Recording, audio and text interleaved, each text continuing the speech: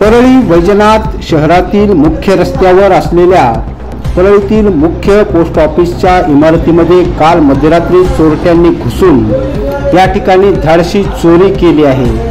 त्याचप्रमाणे या ठिकाणची पैशाची तिजोरीही फोडण्याचा प्रयत्न चोरट्यांनी केला, मात्र ही तिजोरी फुटली नसल्याने केवळ एक संगणक, प्रिंटर आणि इतर साहित्य असाच माल चोरट्यांच्या हाताला लागला आहे।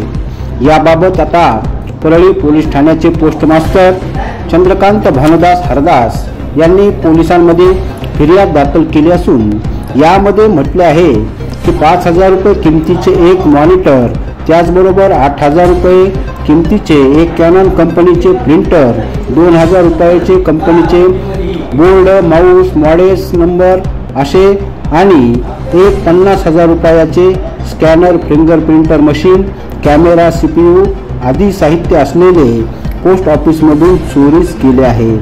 अगदी मोक्याच्या ठिकाणी शहराच्या मध्यवर्ती आणि नेहमीच वर्दळ असलेल्या मुख्य रस्त्यावरच परळीचे मुख्य डाकघर आहे। या डाकघरामध्ये अज्ञात चोरट्यांनी डाकघर येथील दरवाजाचे कुलूप तोडले आणि आत प्रवेश केला आणि वरील प्रमाणे सुमारे एकूण 65,000 रुपयाचा ऐवज चोरट्यांनी लंपास केला आहे। दरम्यान या ठिकाणी आधार केंद्रातीलच संगणक, स्कॅनर आणि प्रिंटर चोरट्यांनी पळवून नेले आहे। या प्रकरणी आता गुन्हा दाखल करण्यात आला असून अज्ञात व्यक्तीविरुद्ध चोरीचा गुन्हा दाखल करण्यात आला आहे।